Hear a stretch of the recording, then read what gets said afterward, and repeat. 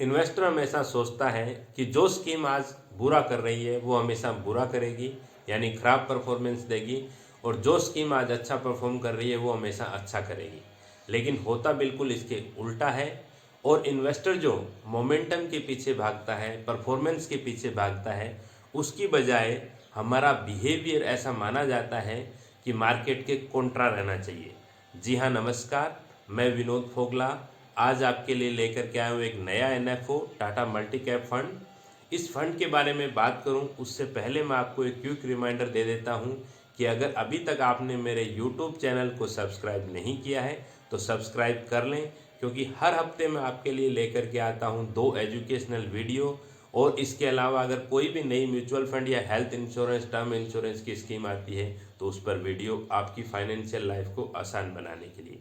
तो आइए समझते हैं टाटा मल्टी कैप फंड के एनएफओ को। देखिए, टाटा म्यूचुअल फंड हाउस ने एक पिछले 10 साल की रिसर्च का एक बैक टेस्टिंग किया, एक डमी पोर्टफोलियो बना के किया, और ये उसके जो रिजल्ट आए वो बड़े लर्निंग हैं, बड़े टेक अवेज वाले हैं। आप एनएफओ में इन्वेस्ट करते हैं या नहीं करते हैं, आप नए इन्वेस्टर हैं या पुराने इन्वेस्टर हैं, लेकिन उस 10 साल के जो डमी पोर्टफोलियो का जो रिजल्ट आया वो सबके लिए लर्निंग वाला है। तो पहले मैं उसके रिजल्ट की बात करता हूँ। देखिए, 2012 के अंदर मिड कैप बहुत अच्छा परफॉर्म करते थे। तो अगर किसी ने 2012 में मिड कैप में पैसा लगाया, 2013 में लार्ज कैप ने अच्छा परफॉर्म किया, तो मिड कैप से निकाल करके 2014 में, क्योंकि 13 के अंदर उसकी परफॉर्मेंस अच्छी रही, तो उस परफॉर्मेंस को देख करके 2014 में लार्ज कैप में इन्वेस्टमेंट किया। और ऐसे पिछले 10 साल से करते रहे, 2012 से 2022 तक, यानी जिस भी कैप के अंदर अच्छा पैसा बना, परफॉर्मेंस अच्छी आई, उसी के अंदर इन्वेस्टमेंट करते रहे। तो 100 रुपये का 331 रुपया हुआ पिछले 10 साल में, यानी करीबन 3 गुना। और इन 10 सालों में आप करीबन 3 बार तो टॉप परफॉर्मर रहे और करीबन 4 बार आप अंडर परफॉर्मर रहे, यानी बॉटम में आ गए। तो आप अब इससे बिल्कुल उल्टा किया, यानी जो जिसकी परफॉर्मेंस खराब थी उसके अंदर इन्वेस्टमेंट किया पिछले 10 साल में। तो हुआ क्या कि 100 रुपये का 331 की बजाय बढ़ के जो है वो 417 रुपया हो गया।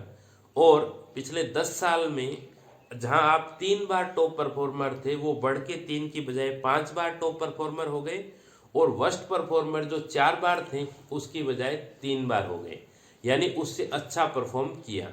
तो 331 रुपये का, 100 रुपये का 331 10 साल की बजाय 100 रुपये का 417 रुपया हुआ।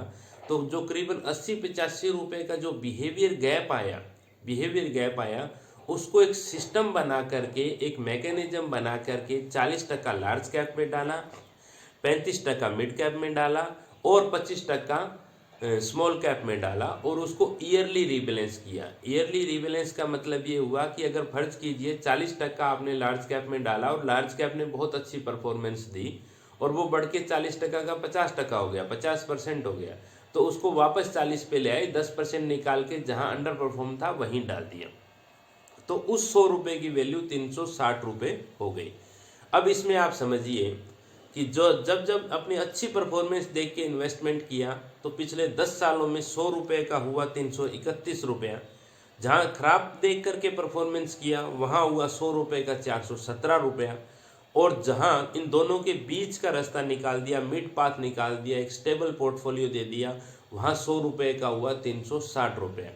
तो जो मल्टी कैप फंड होते हैं वो बीच का रास्ता होता है, क्योंकि 25% पैसा लार्ज कैप में कंपलसरी इन्वेस्टमेंट होता है, 25% पैसा मिड कैप में और 25% पैसा स्मॉल कैप में इन्वेस्टमेंट होता है। जो बचा हुआ 25% पैसा होता है उसके लिए फंड मैनेजर फ्री होता है, चाहे वो डेट मार्केट में इन्वेस्ट करे, चाहे मनी मार्केट में करे, या लार्ज मिड या स्मॉल में एक्सपोजर बढ़ा दे। इससे फायदा क्या होता है कि इन्वेस्टमेंट जर्नी जो है ना बड़ी स्मूथ हो जाती है, आपके पोर्टफोलियो में कंसिस्टेंसी बनी रहती है, और जो फियर और ग्रिड का, भय और लालच का जो एक साइकिल होता है उस साइकिल को ब्रेक कर देता है।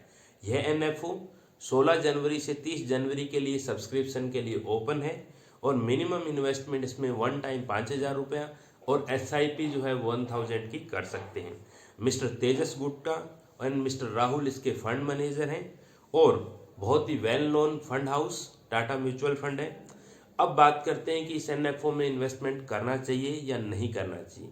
तो मैं आपको हर NFO की वीडियो में आपको बताता हूं कि आपको कोई भी इन्वेस्टमेंट आपकी रिस्क प्रोफाइलिंग करे बिना नहीं करना चाहिए। दूसरी बात, आपको आपका फाइनेंशियल गोल देखना है कि वो कितनी दूर है और उस हिसाब से ये सूटेबल है या नहीं है।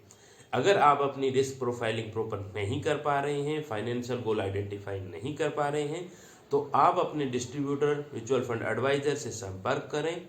उम्मीद करता हूं इस वीडियो से आज आपको कुछ इंसाइट मिले होंगे। तो लाइक करें, शेयर करें और सब्सक्राइब